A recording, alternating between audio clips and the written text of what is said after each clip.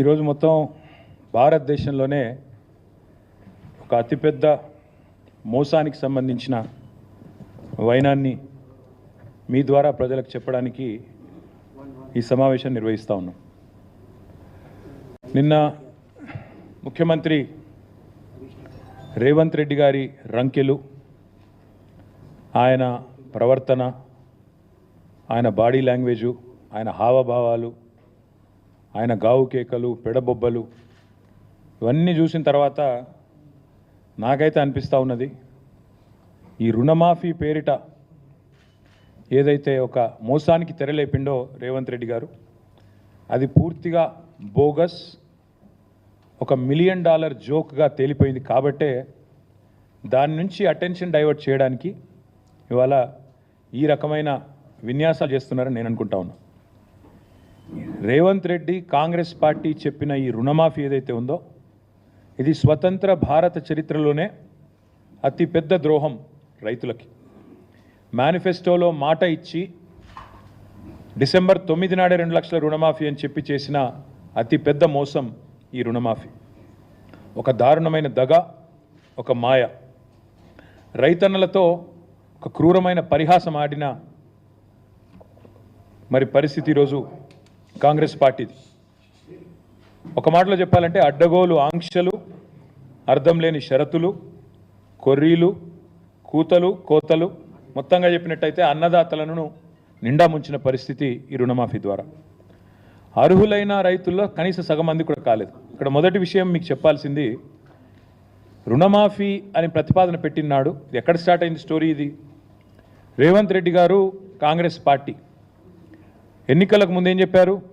December 9 నాడు, video మీరు అందరూ చూసే ఉంటారు, మళ్ళీ చూపెట్టి నేను మీకు బోర్ చేయను, సోషల్ మీడియా అంతా తెలుసు.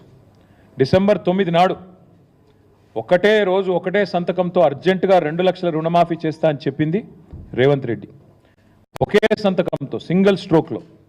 రెండో మాట ఏమన్నారు ఆయన? నిన్న మొన్నటిదాకా కేసీఆర్ గారు ₹1,00,000 రుణమాఫీ ఏదైతే చేసినారో ఆ రుణమాఫీ పొందిన వాళ్ళు కూడా మీరు అర్జెంటుగా బ్యాంకుకు పోండి, వెంటనే 2 లక్షలు తెచ్చుకోండి, నేను వస్తున్నా, డిసెంబర్ 9 నాడు రుణమాఫీ చేస్తున్నా అని చెప్పిందే రేవంత్ రెడ్డి గారు. అయితే ఈ 2 లక్షల రుణమాఫీ అనే మాట వచ్చినప్పుడు చాలామంది మిత్రులు, రైతులు కానీ, జర్నలిస్టులు కానీ చాలామంది ఆలోచన చేసినారు, 2 లక్షల రుణమాఫీ అంటే ఎంత అవుతుంది, ఎంత అవుతుంది అన్నప్పుడు ఇదే రేవంత్ రెడ్డి గారు చెప్పారు. అది కూడా వీడియో ఉంది, మీకు కావాలంటే ప్లే చేస్తా. 40,000 కోట్ల రూపాయలు. ఏ పాటిదయ్యా 40,000 కోట్లు? ఒక్క సంవత్సరం నేను కడుపు కట్టుకుంటే చాలు 40,000 కోట్లు అనాయాసంగా కట్టేస్తా. ఇది ఆయన నోట్లోంచి వచ్చిన మాట, కావాలంటే మీకు ప్లే చేసి చూపెడతా. ఒక్క సంవత్సరం నేను కడుపు కట్టుకుంటే, అవినీతికి పాల్పడకపోతే, ఆయన అన్న మాట రేవంత్ రెడ్డి, మీకు పంపిస్తా కావాలంటే అందరికీ. ఒక్క సంవత్సరం కడుపు కట్టుకుంటే 40,000 కోట్లు అట్ట కట్టేయచ్చు అనాయాసంగా, ఇది ఆయన చెప్పిన మాట. దాని పర్యవసానంగా పేపర్లు రాసింది ఆనాడు. ఏం రాశారు? ఇది సాక్షి పత్రిక. 40,000 కోట్ల రూపాయలతో రుణమాఫీ. ఎట్లా వచ్చారు ఈ అంచనాకు? రేవంత్ రెడ్డి గారు ఏ రోజైతే చెప్పారో ఒక సంవత్సరం కడుపు కట్టుకుంటే 40,000 కోట్ల రుణమాఫీ ఈజీగా చేయొచ్చు అని చెప్పిండో, ఇక ఇది 40,000 కోట్ల లెక్క. ఎట్లొచ్చిండ్రు ఆ లెక్కకి? సీఎం చెప్పారు, మొత్తంగా ఎన్నికల వేళ ఏమేం చెప్పిండ్రో అవన్నీ లెక్కలేసి చాలా వివరంగా క్రోడీకరించి పెట్టిండ్రు 40,000 కోట్లని. సరే, మరొక పత్రిక ఏం చేసింది? 40,000 కాదు 35,000 కోట్లు అవుతుంది అని చెప్పి ఈనాడు పత్రిక. ఇక్కడ సాక్షి రాస్తే మళ్ళీ సాక్షి రాసింది వాళ్ళకి ఏదో ఎజెండా ఉందంటారు, అందుకే ఈ పత్రిక కూడా వచ్చిన. ఈనాడు పత్రిక వీళ్ళు ఏమన్నారు? 40,000 కాదు 35,000 కోట్లు అవుతుంది. 35,000 కోట్లు ఎట్లా? సో రేవంత్ చెప్పిందేమో 40,000 కోట్లని, దానికి ఆధారంగా ఒక పత్రిక రాస్తే తర్వాత 35,000 కోట్ల సేకరణ ఎట్లా అని చెప్పి కసరత్తు జరుగుతోంది అంటూ ఈనాడు పత్రిక రాసిన మాట. తదనంతరం మళ్ళీ కొద్ది కాలం కాగానే మరి జూలై మాసం రాగానే లెక్క మారింది. ఎలక్షన్ అయిపోయింది, లెక్క మారింది. 40,000 కోట్లు పోయింది, 35,000 కోట్లు పోయింది, లెక్క మారింది. 31,000 కోట్లతోనే రుణమాఫీ అని క్యాబినెట్ తీర్మానం చేసింది అని పత్రికలు రాసినాయి. అది కూడా పత్రికలు రాయడంతో పాటు ముఖ్యమంత్రి గారు కూడా ట్వీట్ చేశారు. ఏమని? మా క్యాబినెట్ రైతులకు ఇచ్చిన మాట ప్రకారం 31,000 కోట్లు మాఫీ చేయాలని నిర్ణయం తీసుకున్నాము. ఇది క్యాబినెట్ తీర్మానమని తెలంగాణ చీఫ్ మినిస్టర్స్ ఆఫీస్ నుంచి అఫీషియల్ హ్యాండిల్ నుంచి వారు చేసిన ట్వీట్. అంటే పచ్చి మోసము దగా అని ఎందుకంటున్నా అంటే ఎన్నికలకు ముందేమో ప్రతి రైతుకు రుణమాఫీ చేస్తా, ప్రతి రైతు అర్హుడే, రేషన్ కార్డు నిబంధన లేదు, ఇన్కమ్ ట్యాక్స్ నిబంధన లేదు, ఏ షరతులు లేవు, అందరికీ అన్నీ. ఎన్నికలు అయిపోగానే కొందరికే కొన్ని కొరీలు పెట్టడం, ఆంక్షలు పెట్టడం, కోతలు పెట్టడం. ఎన్ని మాటలు అన్నారు అన్నాడు? రుణం తీసుకున్న ప్రతి ఒక్కరూ అర్హుడే, రుణం కనుక మీరు తీసుకోకపోతే అర్జెంటుగా తెచ్చుకోండి, పరుగున బ్యాంకు పోండి, తెచ్చుకొని 2 లక్షలు తెచ్చుకోండి, నేను చేస్తా అన్నారు. కానీ వాస్తవం ఏంటి ఈరోజు? ఇవాళ వాస్తవం ఏంటి అంటే ఈరోజు పేపర్లు ఇది రాస్తున్నాయి. ఇది మా పరకాల, మా ఎక్స్ఎమ్మెల్యే ధర్మారెడ్డి గారు ఇక్కడే ఉన్నారు. పరకాల నుంచి ధర్మారెడ్డి గారు తెచ్చింది ఇది, అక్కడి లోకల్ పత్రిక. మేము కూడా ఉన్నామని మమ్మల్ని గుర్తించండి అంటూ అదే ఈనాడు పేపర్ మళ్ళీ ఒక పెద్ద రైటర్, మమ్మల్ని గుర్తించట్లేదు, ఆంక్షలు పెట్టి కట్ చేస్తున్నారు అంటూ వాళ్ళ బాధలు రైతుల ఫోటోలతో సహా బాధావత్ కిరణ్ కుమార్ ఇంకా చాలామంది వివరాలు, ఎంతమందికి అయింది రుణమాఫీ, ఇంకెంతమందికి కాలేదు అంటూ మేమున్నామని గుర్తించండి అంటూ రైతులు ఒకవైపు ఇట్లా వాపోతున్నారు. ఇంకొకటి ఇక్కడ విచిత్రం ఏంటంటే రుణమాఫీ ఇప్పుడు చూస్తే లెక్కలు చూస్తే ఉద్యోగికి కట్ రుణమాఫీ, పెన్షనర్కు కట్, ఇన్కమ్ ట్యాక్స్ కట్టిన వాళ్ళకు కట్, రేషన్ కార్డు లేకుంటే కట్. ఇవన్నీ చెప్పినరా ముందు? ఏవీ లేదు.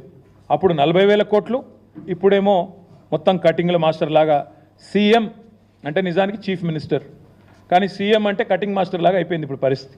అన్ని కటింగ్లు పెట్టడమే. ఎట్లా రుణమాఫీని కట్ చేసి 40,000 కోట్ల నుంచి తగ్గించాలా, ఎట్లా ఏదో ఒక రకంగా చేసినామని పోజులు కొట్టాలా. ఇది ఈరోజు రేవంత్ రెడ్డి గారి ప్రభుత్వం చేస్తున్న వైఖరి. 60% మందికి ఎగ్గొట్టి 60% మందికి ఎగ్గొట్టి ఇవాళ కేవలం 40% చేసి 100% అని చెప్పుకుంటున్న మొట్టమొదటి ముఖ్యమంత్రి రేవంత్ రెడ్డి. ఇంతకు మించిన దగ, ఇంతకు మించిన మోసం, ఇంతకు మించిన రైతు ద్రోహం మరొకటి ఉండనే ఉండదు. 1,00,000 కొర్రీలు, దిక్కుమాలిన ఆంక్షలు, ఇవేవి చెప్పలేదు ఎన్నికలకు ముందు. చెప్పకుండా మోసం చేసి ఈరోజు కొర్రీలు పెట్టి ఆంక్షలు పెట్టి రైతు రుణమాఫీని, రైతులను బ్యాంకు చుట్టూ తిరిగే విధంగా, అధికారుల చుట్టూ పరిభ్రమించే విధంగా, అధికారులకు మొరబెట్టుకునే విధంగా ఇగో ఇది మేమున్నామని గుర్తించండి అంటూ అధికారుల చుట్టూ, బ్యాంకుల చుట్టూ రైతులు పడిగాపులు కాచే విధంగా చేసి పరిహాసం ఆడి రైతులతో మళ్ళీ ఇవాళ రంకెలు వేస్తున్నారు. అంకెలు మార్చారు, రంకెలు వేస్తున్నారు, తేదీలు మార్చినారు. మొదలు డిసెంబర్ 9, తర్వాత 15 ఆగస్టు, ఇవాళ 15 ఆగస్టు పోయింది, ఇవాళ 16 ఆగస్టు. అందుకే మేము కూడా వెయిట్ చేసినాం. సీఎం చెప్పిండు కదా 15 ఆగస్టు అని, అందుకే మేము కూడా వెయిట్ చేసినాం పేషెంట్గా. 15 ఆగస్టుకు చేస్తాడేమో అనుకున్నాం. కానీ నిన్న ఆయన మాటలు చూస్తే చాలా క్లియర్గా కనబడతా ఉంది. మార్పు మార్పు అన్నారు, రైతన్నలని మొత్తానికి ఏమార్చారు. ఈరోజు పరిస్థితి ఏంది? అసెంబ్లీ ఎన్నికలకు ముందు ఓట్లకు ముందేమో మొదటి మోసం, లోక్సభ ఓట్లకు ముందేమో దేవుళ్ళ మీద ఓట్లు పెట్టి రెండో మోసం, కేసీఆర్ మీదనేమో ద్వేషం, సకల జనులకు మోసం. ఇది ఓవరాల్గా చూసినట్టయితే ఈ ప్రభుత్వం యొక్క పాలసీ. 2 లక్షల రుణమాఫీ మోసం, 2 లక్షల కొలువులు మోసం, ఆడబిడ్డలకు నెలకు 2,500 రూపాయలు మోసం, తులం బంగారం మోసం, విద్యార్థులకు 5 లక్షల రూపాయల భరోసా కార్డు మోసం, 4,000 నిరుద్యోగ భృతి మోసం, జాబ్ క్యాలెండర్లు మోసం, 2 లక్షల ఉద్యోగాలు మోసం, దళితులకు 12 లక్షలను ఇచ్చిన మాట మోసం, ఆటో అన్నలకు ఏడాదికి 12,000 మోసం, రైతు కూలీలకు నెలకు 1000 మోసం, కౌలు రైతులకు రైతు భరోసా మోసం. మొత్తంగా చూసినట్టయితే రుణమాఫీయే అతి పెద్ద మోసం. This is the fact. ఎట్లనా మీరే చెప్పారు, మేము అసెంబ్లీలో కూడా చూపెట్టాం. నర్సాపూర్ నియోజకవర్గంలో మా సునీతా లక్ష్మారెడ్డి గారు, మా ఎమ్మెల్యే గారు తీసుకొచ్చినారు. ఒక రైతు డిసెంబర్ 9 నాటికి ఆయనకు 1,00,000 రూపాయలు రుణం ఉండేది. ఆయనకు నోటీస్ ఇచ్చారు. ఏమని? మీకు ఇప్పుడు రుణమాఫీ కావాలి అంటే మీరు డిసెంబర్ 9 నుంచి ఈ రోజు వరకు ఏదైతే ఇంట్రెస్ట్ జమ అయిందో, మిత్తి జమ అయిందో 9,000 రూపాయలు, అది కడితేనే మీకు రుణమాఫీ చేస్తాం. ఎవరి వల్ల అయిందండి ఈ జాప్యం? మీరే చెప్పారు కదా డిసెంబర్ 9 నాడు రుణమాఫీ చేస్తా అని. మరి డిసెంబర్ 9 నుంచి ఆగస్టు 15 దాకా ఆయన జాప్యానికి, ఆయన డీలేకి ఎవడు కడతాడు ఇంట్రెస్ట్? రైతు కట్టాలా, ప్రభుత్వం కట్టాలా? మేము ప్రభుత్వాన్ని అడిగినాం. దిస్ ఈజ్ యువర్ మిస్టేక్, ఇది మీ తప్పు, ఇది మీరు చేసిన జాప్యం, మీరిచ్చిన మాట మీరు తప్పుతున్నారు, కాబట్టి మీరే కట్టాలా అని చెప్పి అడిగినాం. అడిగితే సమాధానం లేదు, సమాధానం రాదు. మీరే కదా బిల్డప్ ఇచ్చింది, ఒక ఏడాది కడుపు కట్టుకుంటే 40,000 కోట్లు రుణమాఫీ చేయడం ఈజీ అని మరి ఎందుకు కట్టుకోలేదు? ఇవాళ అడుగుతా ఉన్నాం. ఇంకొక మాట, అతిపెద్ద మోసం అని ఎందుకంటున్నా అంటే, బడ్జెట్లో చెప్పింది 26,000 కోట్లు అని, క్యాబినెట్ తీర్మానం 31,000 కోట్లు, మొదలు చెప్పింది 40, క్యాబినెట్ 31, బడ్జెట్లో 26, ఆఖరికి నిన్న వైరాలో ఖమ్మంలో ఎక్కడైతే పోజులు కొట్టి ముఖ్యమంత్రి గారు మాట్లాడిన మాటలు అవుతున్నాయో మొత్తం కలిపి నిన్నటి వరకు జరిగిన రుణమాఫీ ఎంత అంటే కేవలం 17,934 కోట్ల రూపాయలు మాత్రమే. ఎంతమందికి అయింది రుణమాఫీ? 22,37,848 మంది రైతులకు మాత్రమే. మళ్ళొకసారి చెప్తా ఉన్నా, 17,934 crore ఓన్లీ నిన్నటిదాకా జరిగింది. ఎంతమందికి అయింది? 22,37,848 ఫార్మర్స్ మాత్రమే. ఇది చేసి 15 ఆగస్టు లోపల పూర్తి చేస్తామని దేవుళ్ళ మీద ఒట్టుబెట్టి మళ్ళీ చిల్లర మాటలు, చిల్లర కూతలు. ఇందులో కూడా ఎన్ని వస్తాయో, ఎన్ని ఖాతాల్లో పడతాయో, దానికి సంబంధించి ఎన్ని కటింగులు ఉంటాయో ఎవరికి తెలియదు. మేము ఏం చేసామో అది కూడా చెప్పాలి ఒక్క నిమిషం. బీఆర్ఎస్ ప్రభుత్వం ఆనాడు మొదటి దఫా 2014 to 18 మధ్యలో చేసిన రుణమాఫీ ఒకటే టర్ములో మేము చేసింది 35 lakh ఫార్మర్స్కి, 35 లక్షల మంది రైతులకు 17,000 కోట్ల రుణమాఫీ చేశాం. నేను ముఖ్యమంత్రిని అడుగుతా ఉన్నా, మేము మొదటి టర్ములో ₹1,00,000 వరకే రుణమాఫీ చేస్తే 35 లక్షల మంది రైతులకు 17,000 కోట్ల రుణమాఫీ కేవలం ₹1,00,000కి. మరి ఇలా 2 లక్షల రుణమాఫీకి నీ లెక్క ప్రకారం ఎట్లా సేమ్ అమౌంట్ అవుతుంది? ఎట్లా 17,934 కోట్లు మాత్రమే అవుతుంది? చెప్పాలా? రైతులకు సంతృప్తికరంగా వివరణ ఇవ్వాలా? ఈ ఒక్క లెక్క చాలు. కాంగ్రెస్ రుణమాఫీ ఎంత దగానో, ఎంత వంచననో, ఎన్ని రకాల ఆంక్షలు, ఎన్ని రకాల కొర్రీలతో, ఎన్ని రకాల కోతలతో, ఎన్ని లక్షల మంది రైతులను ముంచినో చెప్పడానికి ఇది ఒక్కటి చాలు. ఇంకా నికృష్టమైందంటే, మేమున్నప్పుడు రుణమాఫీ చేశాము, రైతు బంధు కూడా వేసాం. రుణమాఫీ చేసినాము, రైతు బంధు కూడా వేసినాం. మేము మొత్తంగా చేసింది చూస్తే 72,000 కోట్ల రైతు బంధు అకౌంట్లో డిపాజిట్ చేశాం. అట్ ద సేమ్ టైం దాదాపు 30,000 కోట్లు మేము రుణమాఫీ చేశాం. అంటే 1,00,000 కోట్లు రైతులకు రుణమాఫీ రూపంలో, రైతు బంధు రూపంలో ఇచ్చింది బీఆర్ఎస్ ప్రభుత్వం. నువ్వేం చేసినావు ఈరోజు? పేరుకేమో చెప్పేది 17,000 కోట్ల రుణమాఫీ చేసినాను, కానీ వానాకాలానికి ఇవ్వాల్సిన రైతు భరోసా 11,400 కోట్లు అది ఎగ్గొట్టినావు కదా, ఇప్పటివరకు ఇవ్వలేదు కదా. కేసీఆర్ ఉన్నప్పుడు జూలైలో వచ్చేది రైతు బంధు, ఇలా వచ్చిందా? రాష్ట్రంలో రైతులకు తెలవదా? ఇవాళ ఇచ్చే సూచన ఉందా? కనీసం లేదు. మొన్న యాసంగిలో ఎకరానికి 7,500 ఇవ్వలేదు, ఎగ్గొట్టారు. అప్పుడు 5,000 ఇచ్చినారు, అప్పుడు ఒక 4,000 కోట్లు ఎగ్గొట్టారు. ఇప్పుడు మళ్ళీ రైతు భరోసా కింద ఓవరాల్గా ఇవ్వాల్సిన 15,000 కోట్లలో మీరు ఓవరాల్గా చూస్తే ఆ 15,000 ఇవ్వలేదు, ఇప్పుడు 17,000 ఇచ్చి పోజు కొడతా ఉన్నారు. అందుకే అంటున్నా, ఇది దగ, మోసం. రైతులను నమ్మించి గొంతుకోసి, తడిగుడ్డతో గొంతుకోసిన వాడు రేవంత్ రెడ్డి, కాంగ్రెస్ పార్టీ. మేము ఇప్పుడే నేను చెప్పాను, రుణమాఫీ, రైతు బంధు కలిపి మేము ఇచ్చింది 1,00,000 కోట్లు 9.5 ఏళ్లలో.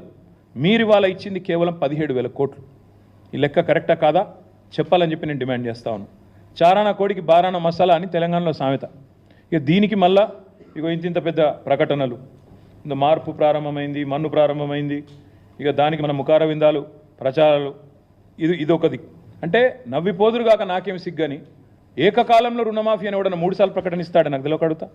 ఏకకాలంలో రుణమాఫీ అయితే ఏకకాలంలో ప్రకటన ఇవ్వాలి, ఒకటిసారి ఇవ్వాలి. 3 సార్లు ఒకటే దానికి. అదే సినిమాలో చెప్పినట్టు, నేను చెప్తే బాగున్నది ఇప్పుడు, కానీ అదే సినిమాలో చెప్పినట్టు పాత కూడా కొత్త సున్నం వేసినట్టు మళ్ళీ గదే పాత కూడా గదే కొత్త సున్నం. గతంలో అనుభవం ఉండి ఉంటుంది ముఖ్యమంత్రి గారికి. కాబట్టి ఇవాళ నీ అడ్డమైన ఫీట్లు చూసి Guinness book of world records వాళ్ళు కూడా ఆగమవుతున్నారు. అమ్మా ఇట్లా కూడా చేయొచ్చా, ఇన్ని రకాల మోసాలు చేయొచ్చా అని. అట్లాంటి పరిస్థితి ఉన్నది ఇవాళ. నేను ఇవాళ ముఖ్యమంత్రి గారు నేను ఒకటే అడుగుతా ఉన్నా, నిన్న చాలా రంకెలేసినాడు, ఫ్రస్ట్రేషన్లో పాపం కొండలరెడ్డి గారి పర్యటన విజయవంతమైంది, రేవంత్ రెడ్డి గారిది ఆయనతో అయినట్టు లేదు. ఆస్ట్రేలియా పర్యటన కొండలరెడ్డి గారిది బాగా విజయవంతం అయినట్టుంది, చూస్తుంటే వర్కౌట్ అయినట్టుంది. మరి రేవంత్ రెడ్డి గారిది ఆ స్థాయిలో అయినట్టు లేదు, కాబట్టి ఫ్రస్ట్రేషన్ బాగా పెరిగినట్టుంది. ఆయన యాబ్సెన్స్లో ఇక్కడ తిరుపతి రెడ్డి గారు బాగా ప్రచారం జరిగింది. మరి కుటుంబంలో మిగతా సభ్యులు దూసుకొని పోతున్నారన్న బాధనా, లేకపోతే ఇక్కడ బట్టి గారు ఆయన లేనప్పుడు బాగా తిరిగిండన్న భయమా, లేకపోతే అధిష్టానం ఏమన్నా అదిలిస్తుందా అని, లేకపోతే ఇంకేమన్నా మాకు అర్థం కాల ఫ్రస్ట్రేషన్. ఆయన రంకెలు, ఆవేశం చూస్తుంటే నాకు నిజంగానే డౌట్ వస్తున్నది. ఆయన మాట్లాడే మాటలు, నిజంగా ఎందుకంటే నేను అమెరికా పోయిండు వచ్చిండు 15 ఆగస్టు నాడు స్పీచ్ ఇచ్చిండు. నేను వింటా ఉంటే నిన్న ఏమైనా మంచి ముచ్చట్లు చెప్తాడేమో ముఖ్యమంత్రి అని. చాలా విచిత్రమైన విషయం చెప్పిండు. బాక్రా నంగల్ ప్రాజెక్టు తెలంగాణలో ఉంది. మాకు తెలియదు ఇన్ని రోజులు. మేము పిచ్చోళ్ళ లెక్క ఆడిపోతున్నాం ఉత్తర భారతదేశానికి. మాకు తెలిస్తే ఇక్కడికే పోతుంటే ఇంత గొప్ప ముఖ్యమంత్రి మాకు ఇచ్చినందుకు కాంగ్రెస్ పార్టీకి ధన్యవాదాలు. ఎందుకంటే విచిత్రంగా ఉంది మాకు ఈ రుణమాఫీ విషయం. నేను అందుకే ముఖ్యమంత్రి గారిని సూటిగా సవాల్ చేస్తా ఉన్నాను. రేవంత్ రెడ్డి గారు నీకు చిత్తశుద్ధి ఉంటే నిజంగానే నువ్వు చెప్పిన మాటల్లో ఒక్క 1% నిజం ఉన్నా నీ నియోజకవర్గానికే పోదాం రా. సెక్యూరిటీ లేకుండా భద్రత లేకుండా రా. మీడియాని తీసుకొని పోదాం. మీడియాని తీసుకొని మంచిగా లైవ్ టెలికాస్ట్ కిట్లను తీసుకొని పోదాం. నీ కాన్స్టిట్యున్సీకి పోదాం. ఊరు కూడా నీ ఇష్టం, మండలి నీ ఇష్టం, ఊరు నీ ఇష్టం. రైతు వేదికలు కట్టిండు కేసీఆర్ మంచిగా. రైతులను కూర్చోబెట్టు. ఒక్క రైతు వేదికలోనన్నా రైతులు కనుక 100% రుణమాఫీ అయిందంటే నేను అక్కడే నా రాజీనామా పత్రం స్పీకర్ గారికి పంపిస్తా. రాజకీయం వదిలేసి శాశ్వతంగా ఇంట్లో కూర్చుంటా. ఒక్క ఊరిలో ఏదన్నా ఒక్క ఊరిలో చెప్పిస్తావా? నువ్వు చెప్పిన దానిలో వాస్తవం ఉందా? నువ్వు చెప్పిన లెక్క ప్రకారం రైతులు రుణమాఫీ జరిగిన విషయం వాస్తవమే అయితే కొడంగల్లో ఏ ఊరో నువ్వే డిసైడ్ చేయి, పోదాం. కేవలం కొడంగలే కాదు, మేము వదిలిపెడతా అనుకుంటున్నామేమో. మా నాయకులందరికీ నేను ఈరోజు పిలిపిస్తా ఉన్నా ఈ పత్రికా సమావేశం ద్వారా. రాష్ట్రంలోని ప్రతి నియోజకవర్గంలో మేము చాలా ఊర్లు తిరుగుతాం ఇప్పటి నుంచి. ఈ పచ్చి మోసం ఏదైతుందో దీన్ని ఎండగట్టడానికి బీఆర్ఎస్ పార్టీ నాయకత్వం. మొన్న మా తమ్ముడు వివేక్ గారు ఎట్లా కుత్బుల్లాపూర్ రూరల్ మండల్లో ఎంతమంది ఉంటే ఎంతమందికి అయిందో మొన్న వచ్చి ఇక్కడ ప్రెస్ మీట్ పెట్టి మరీ లెక్క చెప్పినాడు. రుణమాఫీ విషయంలో 1000 మంది ఉంటే కేవలం 100 మందికి ఇచ్చి మేము మొత్తం కంప్లీట్ చేసినామని పోజులు కొడితే ప్రధాన ప్రతిపక్షంగా మా బాధ్యత మీ వాదనలోని డొల్లతనాన్ని ఎండగట్టడం. ముఖ్యమంత్రికి నిజంగా దమ్ముంటే ఆయన నా సవాల్ స్వీకరించాలి. Let him accept this challenge. Kodangal పోదాం, లేదా నీ ఇష్టం ఉమ్మడి పాలమూరు ఏ కాన్స్టిట్యున్సీకైనా పోదాం, నీ ఇష్టం. సొంత ఊరు కొండారెడ్డిపల్లికైనా పోదాం. ఆ ఊళ్ళో అయినా 100% రుణమాఫీ అయిందా నువ్వు రుజువు చేయి. అక్కడ ఉన్న రైతులందరినీ కూర్చోబెడదాం. మీడియా సెక్యూరిటీ వద్దు, ఆఫీసర్లు, చీఫ్ సెక్రటరీలు, భయపెట్టేటోళ్ళు, బ్యాంకర్లు ఎవరొద్దు. మీడియా నువ్వురా, నేను వస్తా మా పార్టీ నుంచి రైతులతో చెప్పిస్తే అక్కడనే మీడియాకి నా రాజీనామా ఇచ్చి రాజకీయ సన్యాసం. మళ్ళీ మీరు నా ఇంటర్వ్యూ కూడా మళ్ళీసారి ఇవ్వాల్సిన అవసరం ఉండదు, మీకు కూడా బాధ ఉండదు. అట్లా అక్కడే వదిలేసి వచ్చేస్తా. ఇంకొక మాట కూడా అడుగుతా ఉన్నాను రేవంత్ రెడ్డి గారిని. సగం కూడా చేయకుండా 40% కూడా చేయకుండా సంపూర్ణంగా చేసినామని చెప్పుకోవడం అంటే ఇది సంపూర్ణంగా దిగజారడమే. ఇంతకంటే నీతి బాహ్యమైన పని ఇంకోటి ఉండదు. వాళ్ళ రుణమాఫీ కాలేదు వాస్తవం, రైతు బంధు రాలేదు. ఎవరిని అడిగినా రైతు చెప్తాడు నీకు. ఇవాళ చాలామంది రైతుల ఆందోళనలో ఉంటే లక్షలాది మంది రుణమాఫీ కాక నువ్వేమో సంబరాలని చెప్పి సన్నాయి నొక్కులు నొక్కితే డెఫినెట్గా రైతుల్లోంచే నువ్వు ఫీల్డ్కి వస్తే నీకే తెలుస్తుంది.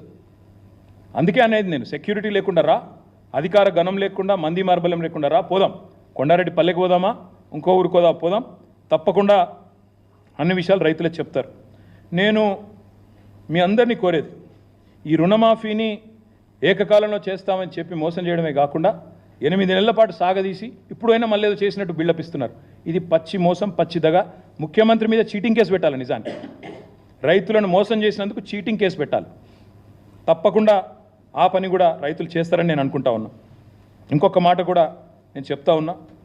ముఖ్యమంత్రి గారు నిన్న చూస్తూ ఉంటే, ఆయన మాటలు చూస్తూ ఉంటే నిజంగా ఆ ఫ్రస్ట్రేషన్ ఏందో కానీ ఆయన మాట్లాడే మాటలు, ఒకటేమో బాక్రా నంగల్ ఇక్కడ ఉందంటాడు, ఇంకోటేమో గూగుల్ విప్రో CEO సత్యా నాదెల్లా అంటాడు. తర్వాత ఇంకా చాలా ఉన్నాయి ఆయన మాటలు వింటూ ఉంటే. నాకైతే ఆయన మానసిక సంతులనం మీద అనుమానం ఉంది. ఆయన కుటుంబ సభ్యులకు కూడా నేను విజ్ఞప్తి చేస్తూ ఉన్నా, ఆలోచించుకోండి. ఏదో అయినట్టుంది పాపం, దయచేసి చూపెట్టండి. ఎందుకంటే రాష్ట్ర భవిష్యత్తుకు ప్రమాదం.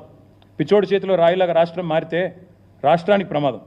ఆయన మరి అసహనము, ఫ్రస్ట్రేషన్ బాగా పెరుగుతోంది. ఎందుకంటే ఆయన విషయాలన్నీ బయటపడుతున్నాయి ఒక్కొక్కటిగా. బావమరిదికి అమృత్ కాంట్రాక్ట్ ఇచ్చిన విషయం బయటపడ్డది. తమ్ముడితో MOU చేసుకున్న విషయం అమెరికాలో బయటపడ్డది. ఇంకా ఒక్కొక్కటిగా చాలా బయటకు వస్తున్నాయి. కాబట్టి తిట్లు, బూతులు, అవాకులు, చెవాకులు, ఫ్రస్ట్రేషన్లో బీపీ పెంచుకున్న అరచడాలు ఇవన్నీ జరుగుతూ ఉన్నాయి. నేను రేవంత్ రెడ్డి గారిని అడిగేది ఒకటి, బంద్ చేయి, మాటలు బంద్ చేయి. ఇలాగులో తొండలు ఇడిచిపెడతా, చెట్టుకు గట్టేస్తా, సంపేస్తా, నరికేస్తా, ఏట్లో దుంకు, ఇవన్నీ బంద్, గోళీలు ఆడతా, గుడ్లతో గోళీలు ఆడతా. నువ్వు ఆడు కాదు. నువ్వు ఇలా ఊర్లలో పోతే సెక్యూరిటీ లేకుండా రైతులే ఫుట్బాల్ ఆడతారు. నేను పక్కా దమ్ముంటే రా, నీ కొడంగల్ కాన్స్టిట్యున్సీలోనే సెక్యూరిటీ లేకుండా, అధికార గణం లేకుండా, రక్షణ కవచాలు లేకుండా మీడియాను తీసుకొని రా, నిజంగా రుణమాఫీ అయిందా లేదా రైతులను అడుగు, వాళ్ళే చెప్తారు. ఇంకొక మాట కూడా నేను అంటాను, ఇంత దివాలాకోరు ముఖ్యమంత్రి, ఇంత దిగజారుడు రాజకీయం. నేను హరీష్ రావు గారు ఏమన్నాడండి? హరీష్ రావు గారు నిన్ను 15 ఆగస్టు లోపల రుణమాఫీ చెయ్యి, 6 గ్యారెంటీలు అమలు చెయ్యి, 100 రోజుల్లో చేస్తా అన్నావు, చెయ్యి, చేస్తే నేను రాజీనామా చేస్తా అన్నాడు. ఇలా 2-3 చిల్లరగాలు పోస్టర్లు పెట్టింది హరీష్ రావు గారి మీద. అయిపోయింది రుణమాఫీ, నువ్వు అర్జెంటుగా రాజీనామా చేయి. ఎక్కడైంది రుణమాఫీ? చెప్పి చూస్తా, ఏ ఊర్లోకి వచ్చి చెప్పిస్తారో చెప్పండి. కాంగ్రెస్ వాళ్ళు ఎవరు వస్తారో రండి. ఇంకా మళ్ళీ ఏదో చర్చకు రాజీనామా చేయి, ఇంకా ఇష్టం వచ్చిన మాటలు.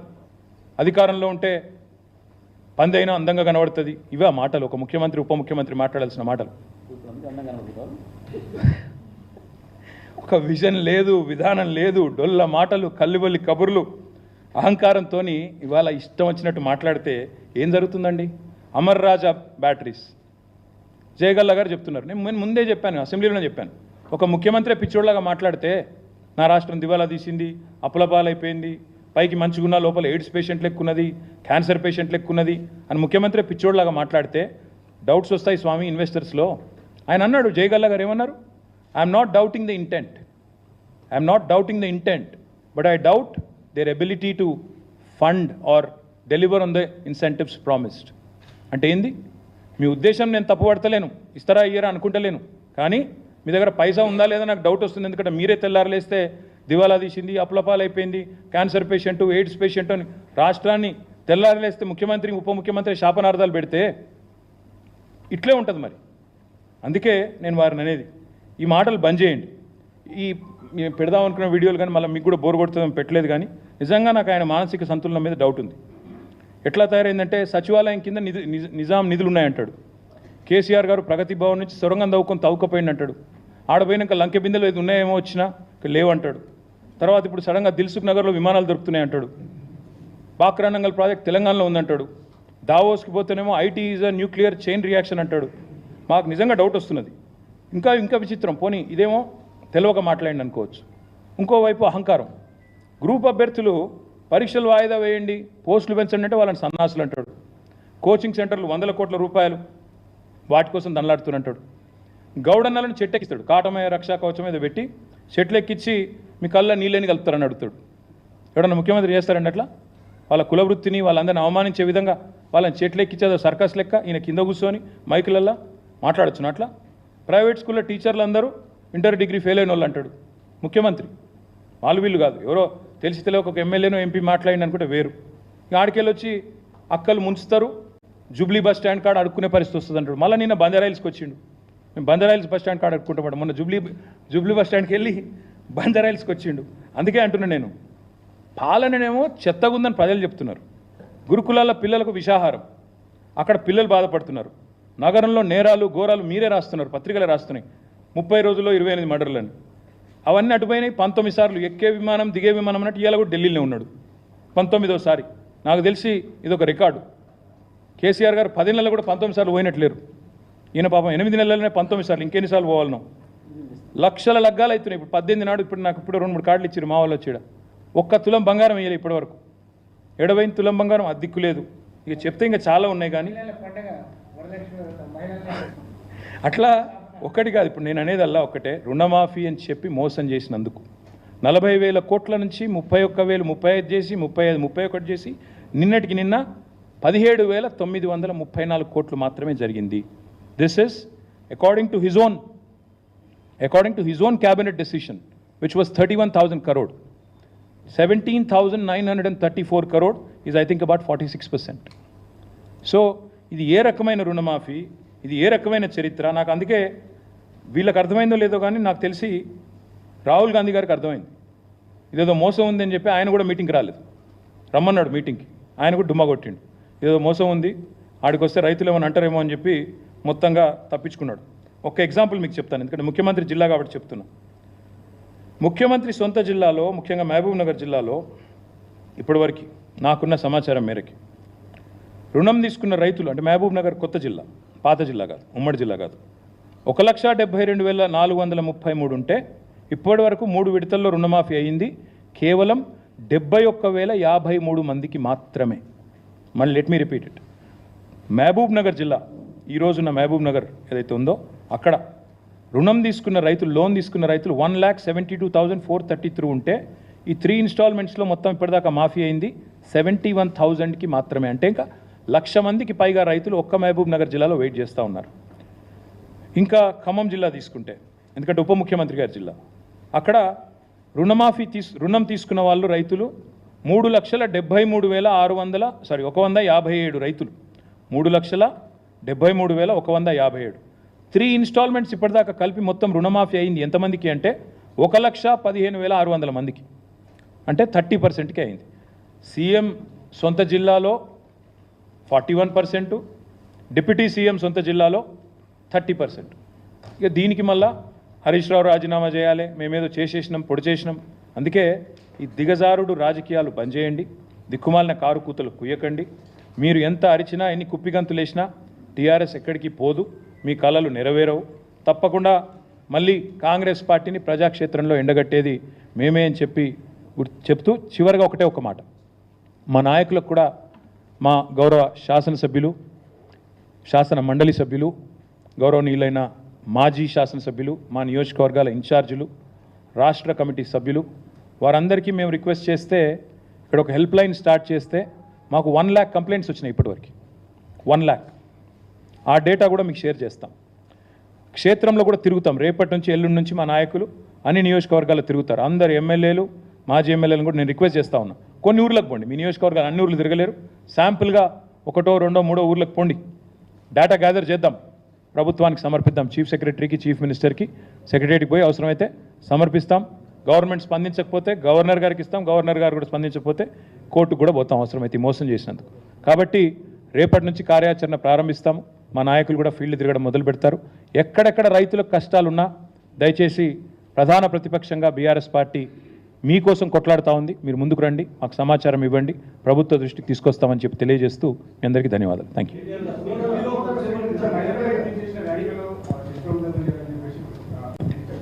నేను యథాలాపంగా నిన్న మాట్లాడుతూ ఒక మాట అన్నాను.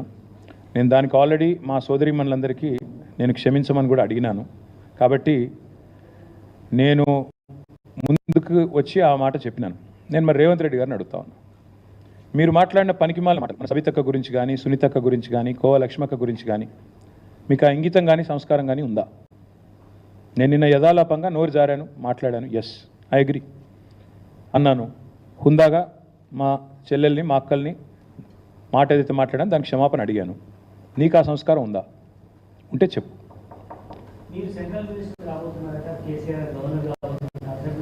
రేవంత్ రెడ్డి గారు అమెరికా అధ్యక్షుడు కాబోతున్నాడు, నేను కూడా చెప్తా. ఏముంది స్టోరీ? దీన్ని అంటే చెప్తున్నా, రేవంత్ రెడ్డి గారు తొందరలో అమెరికా అధ్యక్షుడు కాబోతున్నాడు. మొన్న ఆయన ఎవరు చెప్పింది కదా అక్కడ మీటింగ్లో, కేజీఎఫ్లో వెళ్ళను, మనోడు ఎవడో అవుతాడు అమెరికా అధ్యక్షుడు అని. ఈయన అవుతాడేమో మరి. ట్రంప్ గారు సరిపోతలేరట, ఈయన పిలుస్తున్నారంట. ఎన్నిసార్లు చెప్పాలి మరి అదే మాట? సెప్టెంబర్లో మా పార్టీ యొక్క సీనియర్ నాయకుల బృందం ఒకటి, మేము కొన్ని ప్రాంతీయ పార్టీలు ఏవైతే సుదీర్ఘకాలంగా బ్రహ్మాండంగా ప్రజాక్షేత్రంలో పనిచేస్తున్నాయో, డిఎంకే కావచ్చు, ఇంకా ఇతర ప్రాంతీయ పార్టీలు కావచ్చు, వాటిని అధ్యయనం చేయడానికి నేను కూడా వెళ్తాను. నాతో పాటు సీనియర్ నాయకుల బృందం, మాజీ మంత్రులు, పెద్దలు, శాసనసభ్యులు, సీనియర్ పార్టీ నాయకులు అందరం కలిసి కొన్ని రాష్ట్రాలకు పోదాం అనుకుంటున్నాం. ముఖ్యంగా ప్రాంతీయ పార్టీలు, డిఎంకే కావచ్చు, బీజేడీ కావచ్చు, టీఎంసీ కావచ్చు, ఇతరత్ర వాటిని అధ్యయనం చేయడానికి పోవాలనుకుంటున్నాం. సెప్టెంబర్లో ఆ పని చేస్తాం. చేసి వచ్చిన తర్వాత, ఎందుకంటే ఒక్కొక్క చోట ఒక్కొక్క స్ట్రక్చర్ ఉంది. ఇప్పటిదాకా ఒక ఎక్స్ఎమ్మెల్యే డిఎంకే శేఖర్ గారని వచ్చారు ఇందాక, ఆయన చెప్తా ఉండే వివరంగా ఎట్లా డిఎంకే పార్టీ స్ట్రక్చర్ ఉంది, ఎట్లా ఇన్స్టిట్యూషనలైజ్ అయిందని చెప్తా ఉండే. మా పార్టీకి కూడా 24 ఏళ్ళు నిండినాయి. భవిష్యత్తు ఇంకెట్లుండాలి, ఎంత సుదృఢంగా నిర్మించాలి, దీని విషయంలో తప్పకుండా ఇప్పుడు, ఎందుకంటే మొదటిసారి ప్రతిపక్ష పాత్ర, ఇదివరకు ఉద్యమ పార్టీగా ఉన్నాం, తర్వాత అధికార పార్టీ మొదటిసారి ప్రతిపక్ష పాత్ర పోషిస్తున్నాం. కాబట్టి we also have to adapt, learn, unlearn, make a fresh beginning. తప్పకుండా అందుకే ఇతర రాష్ట్రాల్లో పరిస్థితులు, అక్కడ ఉండే పార్టీలు, వాటి యొక్క అనుభవాలు అన్నీ అధ్యయనం చేసిన తర్వాత will come out with new committees, new membership, all things that we need to do. అంటే ఇప్పుడు ఉన్న కమిటీలు ఉన్నాయి, కొత్త కమిటీలు ఏవైతే వేసుకోవాలో, ఎక్కడెక్కడైనా గ్యాప్స్ ఉంటే పూడ్చుకోవడం, అవన్నీ కూడా సెప్టెంబర్ తర్వాత చేస్తాం. ఓకేనా?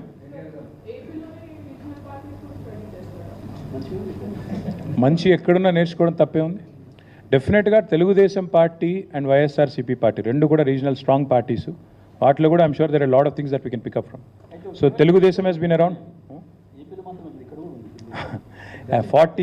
40 years నుంచి ఉంది తెలుగుదేశం.